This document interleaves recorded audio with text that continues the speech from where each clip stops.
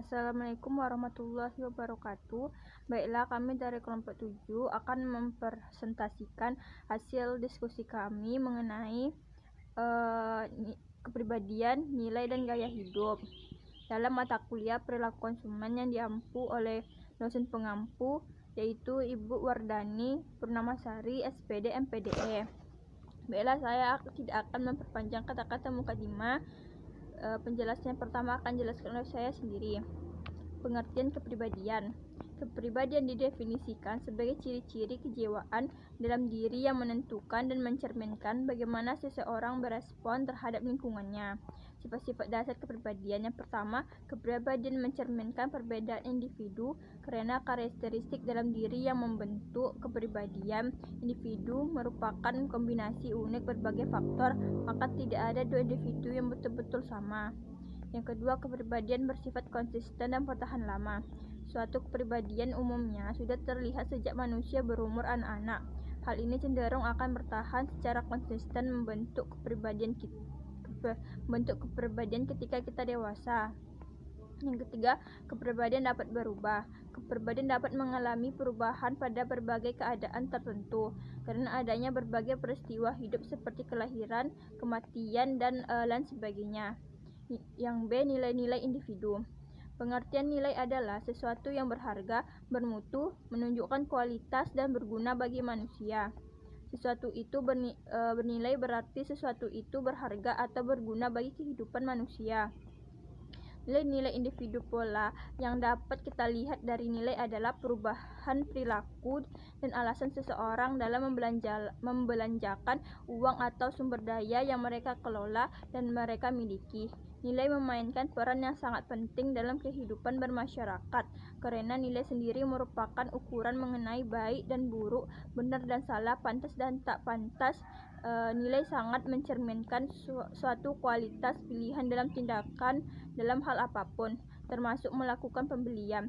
Nilai berasal dari kepuasan manusia. Oleh karena kebutuhan manusia lebih banyak dari barang yang tersedia, maka manusia akan memilih secara rasional di antara semua barang alternatif yang tersedia.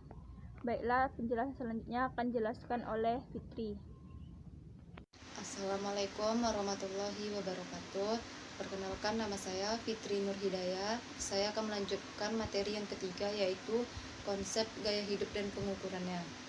Gaya hidup adalah bagaimana seseorang menjalankan apa yang menjadi konsep dirinya yang ditentukan oleh karakteristik individu yang terbangun dan terbentuk sejak lahir dan seiringnya dengan berlangsungnya interaksi sosial selama mereka menjalani siklus kehidupan. Psikografi adalah variabel-variabel yang digunakan untuk mengukur gaya hidup. Bahkan seringkali istilah psikografi dan gaya hidup digunakan secara bergantian.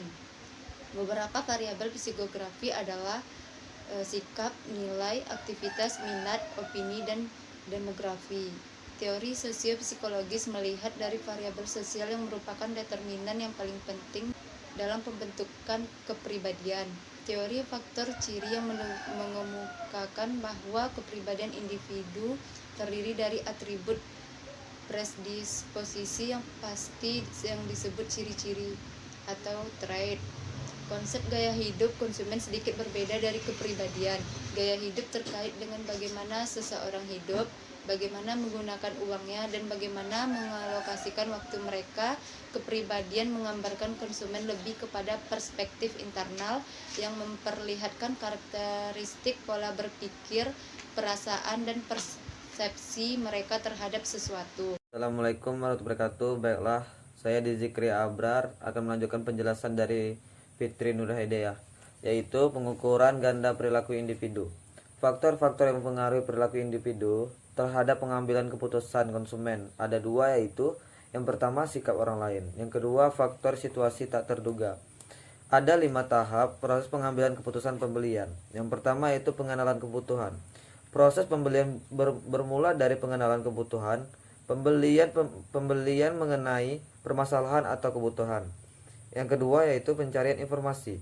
Konsumen yang tergerak mungkin mencari dan mungkin pula tidak mencari informasi tambahan.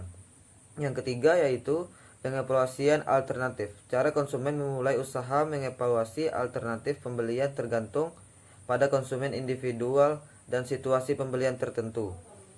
Yang keempat yaitu keputusan pribadi. Keputusan pembeli. Tahap pengevaluasian konsumen menyusun peringkat merek dan pembentuk kecenderungan pembelian, dan secara umum keputusan pembelian konsumen akan membeli merek yang paling disukai. Yang kelima yaitu perilaku setelah pembelian. Pekerjaan pemasaran tidak hanya berhenti pada saat produk yang dibeli. Setelah membeli produk, konsumen akan merasa puas atau tidak puas dan akan masuk ke perilaku setelah pembelian yang terpenting diperhatikan oleh pemasar. Sekian, terima kasih. Assalamualaikum warahmatullahi wabarakatuh.